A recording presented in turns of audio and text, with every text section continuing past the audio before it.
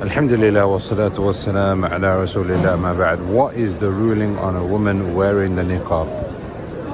Now when it comes to the hijab, the ulama are agreed that she must wear the hijab. Now the common use of the word hijab is to cover the hair, the headscarf. Whereas others from the ulama have said the hijab is broader than that. The hijab is what covers her body entirely. Then you've got jilbab, and then you've got abaya, and then you've got khimar.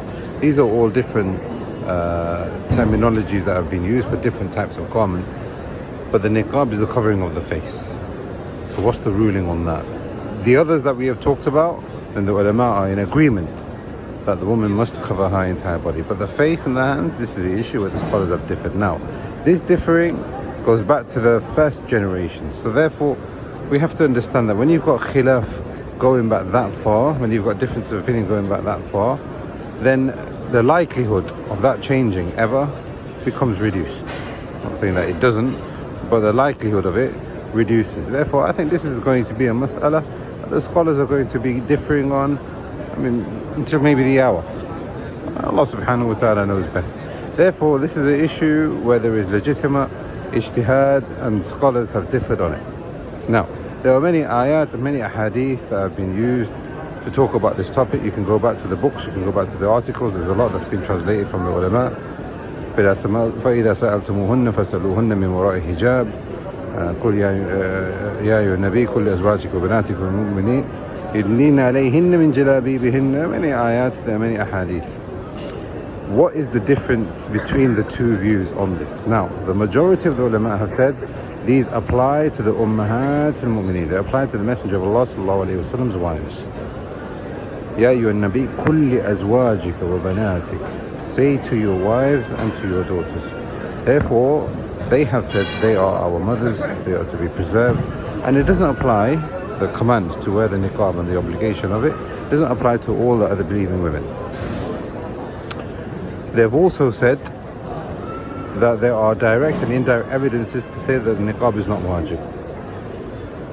And this now applies to women folk in general. As for the command to cover the face, and this is for the wives of the Messenger of Allah. This is how they've interpreted it. So for example, the Messenger of Allah, he said, لا تنتقب محرمة. A woman in ihram, it is not permitted for her to wear a niqab. Therefore, if she's in that state of ihram and she's not wearing the niqab, how can we say it's wajib outside? The woman, when she prays the salah, she is to show her hands and her face. Therefore, when she's outside from that, then إِلَّا مَا ظَهَرَ مِنْهَا. And from the interpretation of that is that the awrah is of two types, as Abdullah bin Mas'ud said. They have said that which is apparent in the hands of the face. There are also other indirect evidences, also from the evidences that they use from the direct ones is the hadith of Asma. And the Messenger of Allah permitted the showing of the hands of the face. As for the indirect ones, they have said, well, if you look at a number of hadith, we know from what happens in those hadith, the indirect ones, that the faces of the women were not covered. So in a hadith, the Messenger of Allah, he was sitting there and a woman approached, and there was a young man who was looking at the woman. So the Messenger of Allah took the jaw, the chin of that young man, and he turned it away. Also, we have the hadith of where the Messenger of Allah described most of the women in the hellfire. The hadith mentions a woman, she stood up and her cheek was discolored. So they have said there are indirect evidences to say that women were not always covering their faces at that time. Therefore, they have said, so now we can understand the asl of the mas'ala where they have differed. The majority have said that it is not wajib upon the believing women, it is wajib upon the ummahat, because they are our mothers. They have the special status. Others from the scholars have said no, they are general. And this for me seems to be more correct. So all of these evidences that we have used to talk about the obligation, we say that it is general. And there's no dalil to say that applies to the wives of the Messenger of Allah sallallahu alaihi wasallam. As for the indirect ones, well then we've got a qaida for that. Is that whatever is mantuq, whatever is clear, then that is taken in its preference over what is mafhum and what is inferred. And there are other narrations which have been used but they are weak, or the interpretation could be weak. So as for the ihram, for example, or when she's in her salah, she's not doing the salah in front of non-mahram men.